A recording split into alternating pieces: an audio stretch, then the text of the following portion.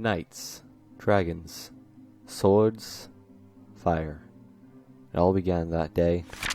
When I was young, only 3, my town was attacked by pirates. My mother and father were knights sworn to protect the king and the kingdom, but they both tragically lost their lives in the raid. However, when the pirates got to our house, my sister, only 7, put me on her back and ran off with me. She fled to the woods, running as fast as she could, away from the pirates giving pursuit. She ran and ran. All I can remember is when she stopped, her feet were red. We were so deep in the forest, but she never lost her cool, even though I was premature and thusly still very weak for my age. Even though we might not have a home to come back to. No, especially since we might not have a home to come back to. 3. We were in there 3 weeks. Every day she would say it was okay. Get us food, water, ran off boars.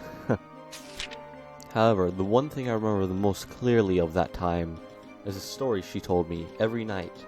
She said it was made up by our mother. A brave knight, shiny and tall, with a sword so pure it could slice down any foe. One day, the great king asked the knight to slay a dragon. This dragon was terrorizing the town.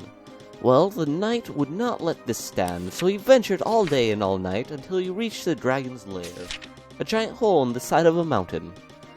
The dragon spoke out, "Tiny man, what makes you think you can stop me?" "The fact I have to, for my people depend that I do."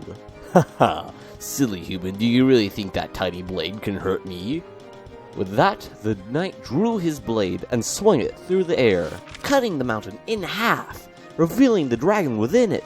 "I'm very sorry, human. I promise I will never hurt anyone ever again. Please, just spare me." The knight spared the dragon, but in return he made the dragon his pet and gave him various tasks to help the village.